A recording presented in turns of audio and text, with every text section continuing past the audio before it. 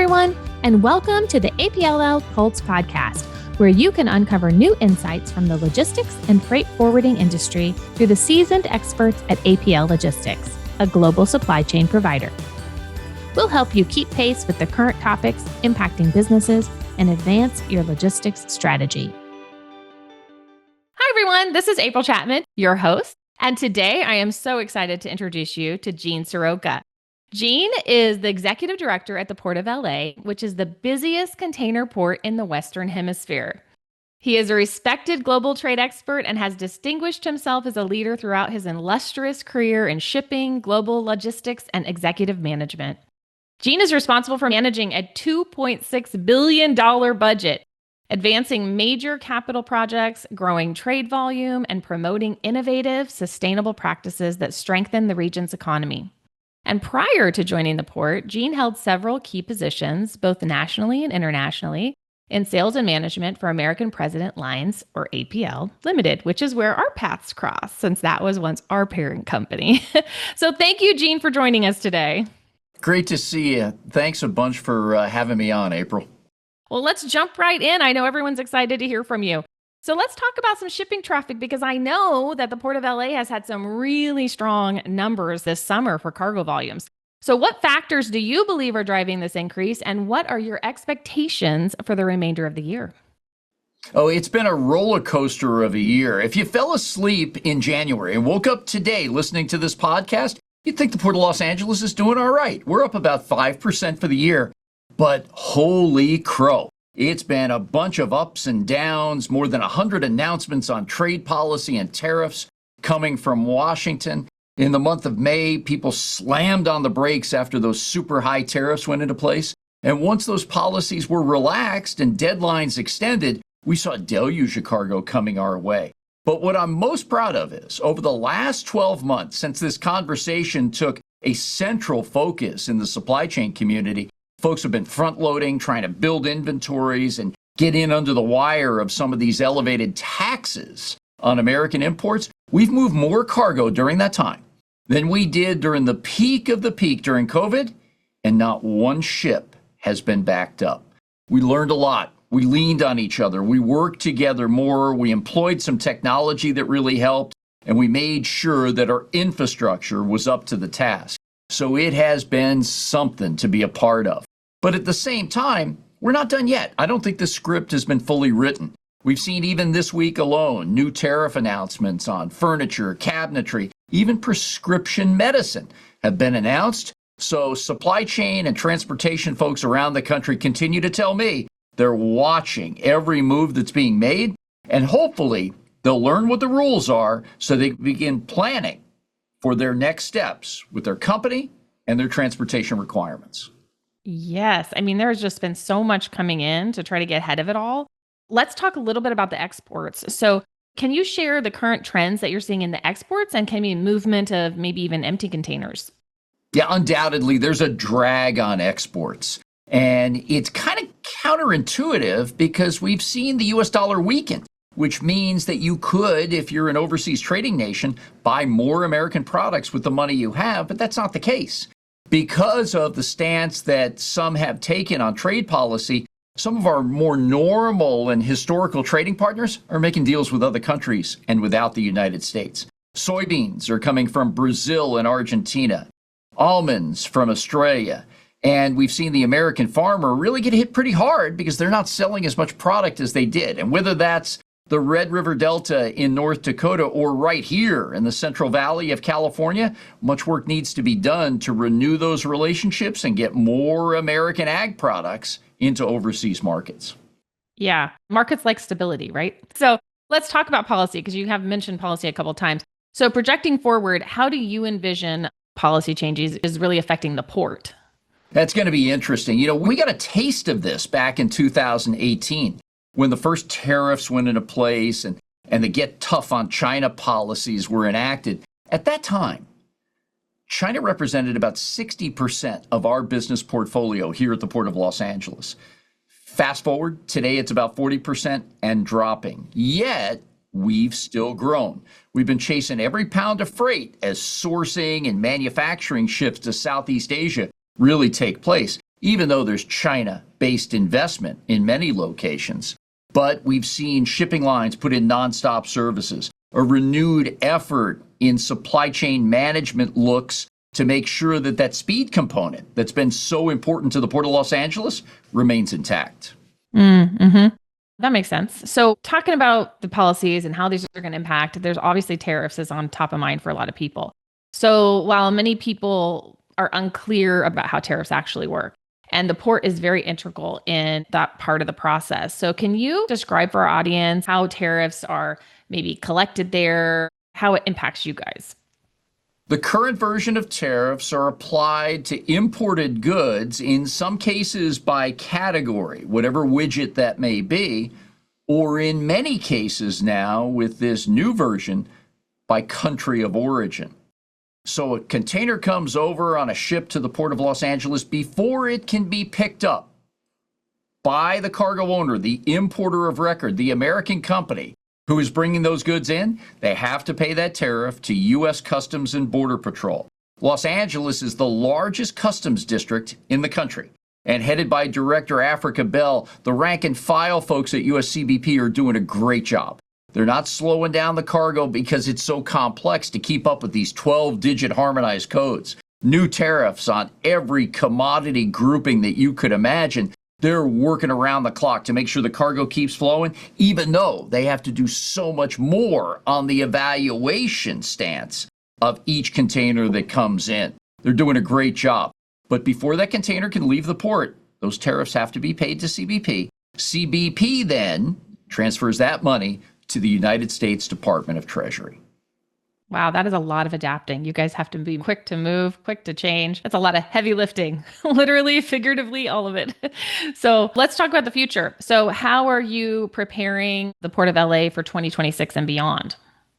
Number one, as I mentioned at the top, we all lean on each other.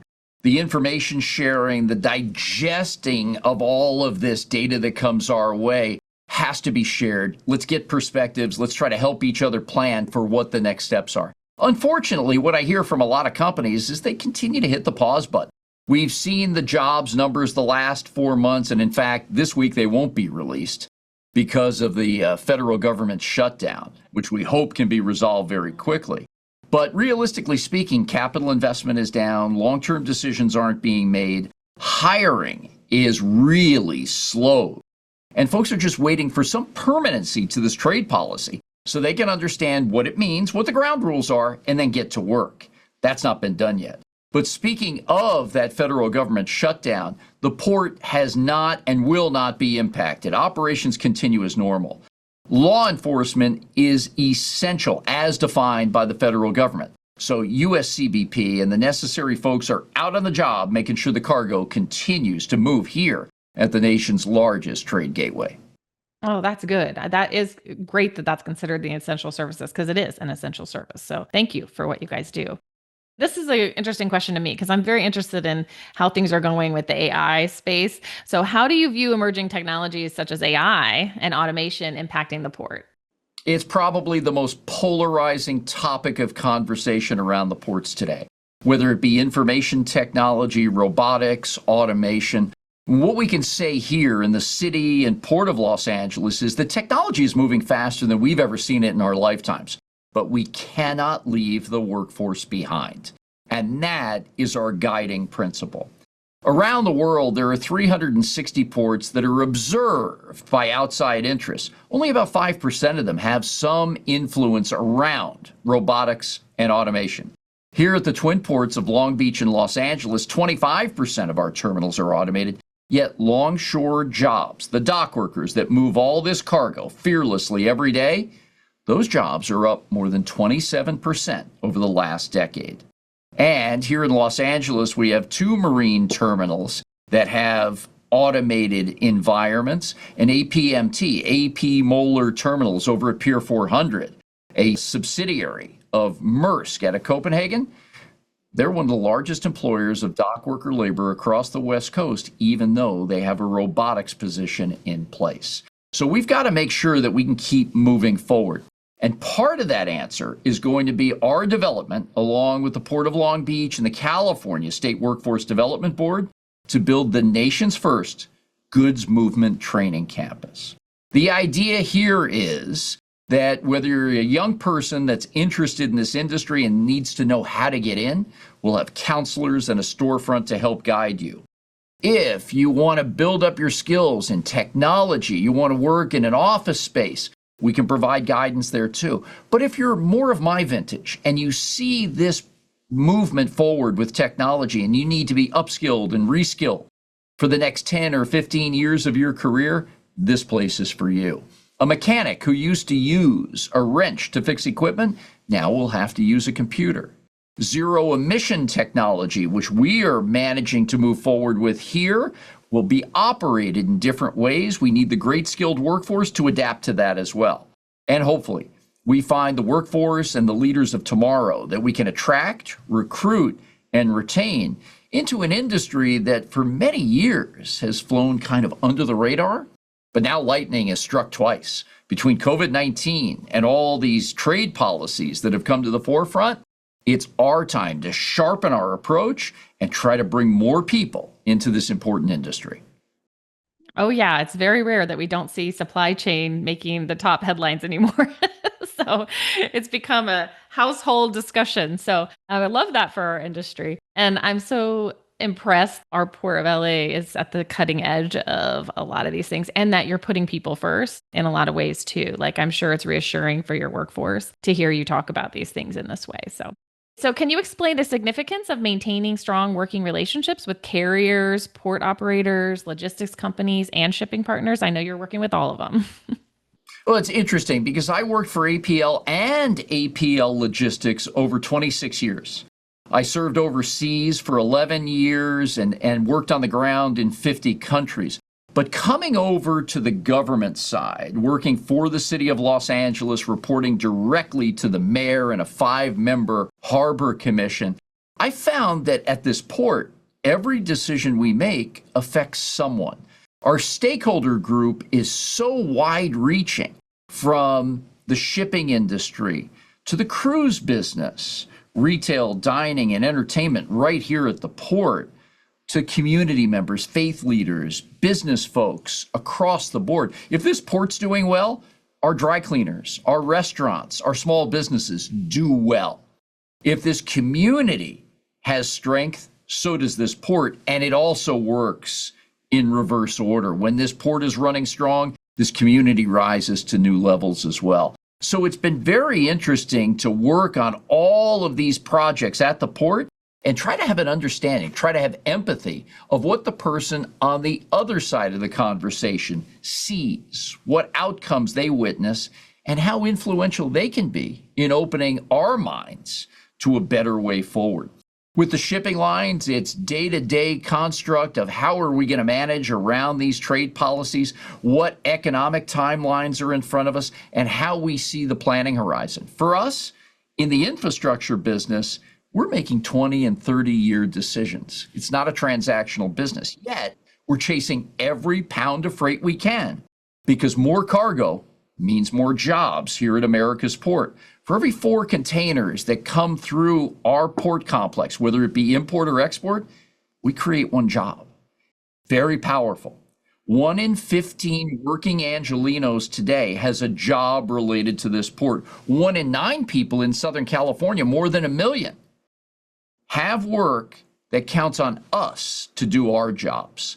So the economic deliverables, the jobs creation, making our street where we live, our neighborhood, our city, county, state, and nation stronger is really part of what this port's mission is.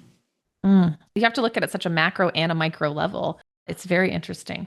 So how do you see companies like APL Logistics helping ensure optimal inventory flows for shippers? Now, this has been so unique. Built on the cornerstone of what we used to call the consolidation business in Asia, has really developed into a sophisticated model of purchase order management. And working with folks, especially in Asia, like Waldo Basilia and so many others, Asfar Khan, who have put together symposiums on supply chain. And I think now they're into the teens on the number of symposiums they've held. Coming up here in November alone, There'll be another in Shanghai and one in Hong Kong, and I hope to attend both. We've developed a real following around knowledge sharing. And it's not just about the business at hand of moving product, but it's about how we better develop these relationships and can cater to the requirements of our mutual customers. I've been so proud to be involved, I think, so far in 8 symposiums in Asia and Oceania, and then the inaugural one that the company held, Thad kicked it off with a symposium in Newport Beach, California, down in Orange County last year to bring some of our North America mutual customers together. And the reviews have just been tremendous. We're also now branching out to bring partners in. CBRE was there at the Orange County Symposium, who is a very large industrial and business real estate company with holdings throughout Southern California. And that's been a real anchor to the business value proposition that we deliver. Great companies like APL Logistics that manage the cargo for iconic American brands and those around the world. Bringing cargo in to the largest gateway here in the Western Hemisphere, and then utilizing the warehouse, distribution, deconsolidation, and fulfillment space that companies like CBRE provide, that's really a stunning proposition. Well, we are so thankful that you've participated, and I know many have really appreciated your input, and you're invaluable. So I have noticed, though, that you spend a significant amount of time traveling and engaging with various communities. So could you explain the importance of being out there and building those relationships? Now, it still is a relationship-based business, April, and the reason is that there's so much information. There's so many ways to do business that relying on each other really has been a cornerstone for decades. And being in this business on the liner shipping side, on the logistics side with APLL, and now in the ports, that doesn't change. People want to feel comfortable with those they do business with. They want to be challenged. Those symposiums are great that we attend and talk about what we're doing in the industry. But I learn probably more from those cargo owners and service providers that we bring in. So that keeps me sharp with what's happening in the marketplace. Most of our shipping lines that we do business with are based in Asia and Europe. So visiting those folks at their headquarters is really important, as is the time we spend with other transportation service providers, as well as those in the intermediary space. The forwarder and broker community is also important. And as you know, in Asia, there's a lot of freehand cargo beyond the routing instructions that are given by American importers. So it's just as important to spend time with the companies and manufacturers in Asia to make sure that we're maximizing the cargo flow. Well, thank you for that. And I also, I've watched a lot of your interviews. You're on all the things. I've seen you in all the areas, CNN, MSNBC. I've seen you everywhere. But you know what I don't get to hear is more about you inwardly. So I want to ask a couple questions about that. So let's look inward for just a minute. So Gene, you've had a phenomenal career. You truly have, with over 35 years in the industry and countless awards. So which one is one of your favorite moments? It was really interesting because if you look back over this time, there have been some really special moments, as we call it in our industry, the christening of vessels. I can remember the APL Qingdao in that great city in Shandong province about 25 years ago. The APL Savannah right here in Los Angeles. Those were really epic moments. I had 3 meetings with the last U.S. sitting president talking about supply chains, from the Roosevelt Room to here in Los Angeles, and really talking about what's going to make the supply chain more competitive here in the U.S. and our companies better for it. The travel, the work in 50 countries on the ground, it's hard to really pull out one moment, but I think one of the proudest days I had was in one of our darker hours during COVID-19. And we put together a team called Logistics Victory Los Angeles. We called it Love LA for short. And that name was branded by our own David Libatique, who runs our Stakeholder Engagement Bureau. And the idea was this, that it was very difficult for hospitals, doctors, nurses, and staff to get the necessary protective equipment to be able to greet patients and help with diagnosis and get them better. They had a real tough time. We had a hospital right up the freeway in Lakewood, California, that was going down to the grocery store to buy garbage bags, trash bags, cut holes out so they could wear them as gowns. I don't think there was a dry eye in the room when we heard this story, and that just really gave us the energy to go out and try to find a way, not just to speed these PPE products, personal protective equipment products, to market, but go out and make a market. And the city gave us the chance through the mayor to be able to set this volunteer group up with about 24 of us city folks. And we went out and started buying N95 masks, gowns, hats, pappers, the sleeves that go over your shoes if you're working in a hospital setting. And we distributed, through the days of COVID, about 12 million units of personal protective equipment to over 250 area hospitals and healthcare facilities. I think that was our proudest moment. At the same time, California Governor Gavin Newsom and then Mayor Eric Garcetti of Los Angeles helped bring in the U.S. naval ship Mercy, an 800-bed floating hospital that docked right here at the Port of Los Angeles over at Berth 92. And the idea was to take some pressure off the landside hospitals. So if there were non-COVID related needs, we would help the patients get to the U.S. Navy ship Mercy, and the landside hospitals could focus the necessary attention on the COVID epidemic that was happening right before our eyes. So you combine all that with this nearly 4 decades worth of business experience. That was a very proud time for all of us, and I was so fortunate to be a part of trying to help our neighbor, our community, our fellow human beings. I actually remember that. I remember that being in the news, that the ship docked and that people could go there. That's amazing. Thank you for doing that. I mean, you think about, like, it's not just your t-shirts that come through the Port of LA. It's life-saving materials that are coming through there that we need as a society. So thank you for being that front line. We appreciate it. All right, last question for you. Speaking of the fact that you said it's almost 4 decades. So what is the legacy you want to leave behind for this industry? Well, I don't think I'm done yet. In the immortal words of that great American philosopher, Anthony Kiedis of the Red Hot Chili Peppers, it only hurts when I land, and I don't plan on landing anytime soon. But to take the Chili Peppers theme, it's all about just keeping this thing going. You know, last week here in Long Beach, California, we had the annual Containerization and Intermodal Institute Awards, the Connies as we call it. And one of my best friends in this industry, George Goldman, another former APLer for many, many years, was honored with the Lifetime Achievement Award. That made 8 of us from APL and APL Logistics to be recognized by the Connies.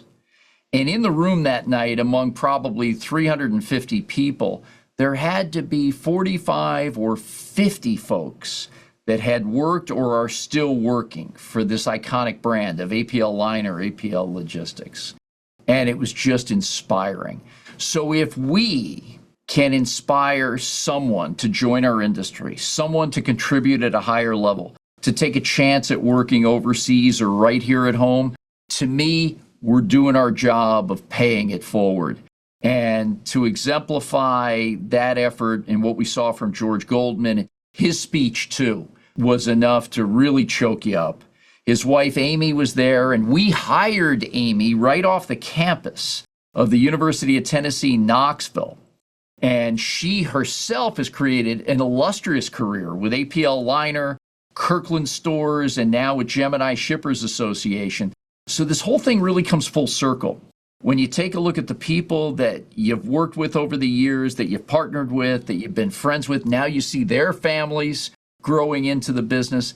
That's something that we've got to keep going as an industry, keep bringing the best and the brightest together, and it can be just such a rewarding career, not only from the work standpoint, but the great friendships that you make that are lifelong. I very much agree with you.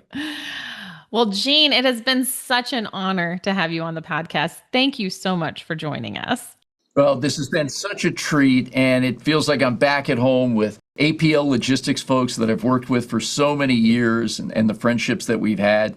Keep doing a great job, April, and we really count on the company and folks like you to keep driving our business. Thank you. And thank you to all our listeners. Make sure you share this episode. I know you know someone who would love to hear it. Thank you all. See you next time on APLL Pulse Podcast. Thanks for joining us today. If you like what you heard, or if you have any questions about today's episode, reach out to us at global_marketing@apllogistics.com. Make sure to subscribe to us on your favorite podcast apps. You will also find us on LinkedIn or visit us at apllogistics.com. We'll see you next time on the APLL Pulse Podcast.